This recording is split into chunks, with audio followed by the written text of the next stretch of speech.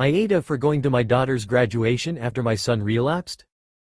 My M51 wife, F48, and I have 2 children, Jake, M23, and Jess, F18. Although they had the same upbringing, Jake sadly surrounding himself with the wrong people during his late teenage years and made some bad life decisions. Since he was around 17, he suffered with substance abuse issues and alcohol dependency. He's been through counseling on more than one occasion, and I've lost count of the amount of times that either my wife or I have had to make personal sacrifices to go and tend to him. He's currently living in a recovery housing program, where we hoped he would see improvements. This has caused understandable issues for Jess. I've missed hockey games and choir performances because I had to go tend to Jake, as has my wife. We try and make it up to her at the time, but I don't think missing important milestones really makes up for it. It's heartbreaking for me personally. Jake has been doing better lately, and he hasn't had any relapses or issues for the past few months. Jess' graduation was the other day, and my wife and I had tickets and couldn't wait. She's off to college, graduating with a great GPA, and we're really proud of her. However, only a couple of hours before the graduation,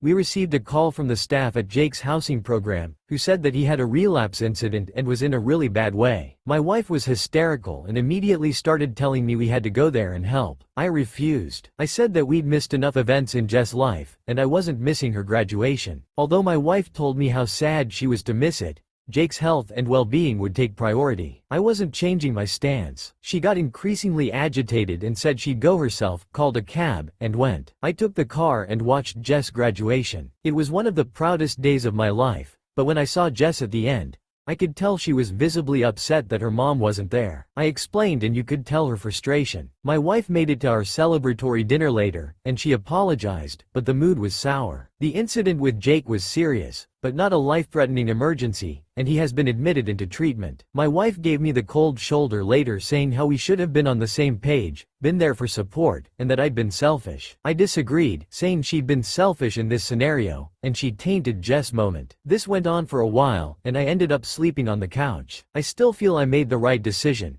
but I know I hurt my wife, and Jake's recovery is obviously of paramount importance as well. AITA?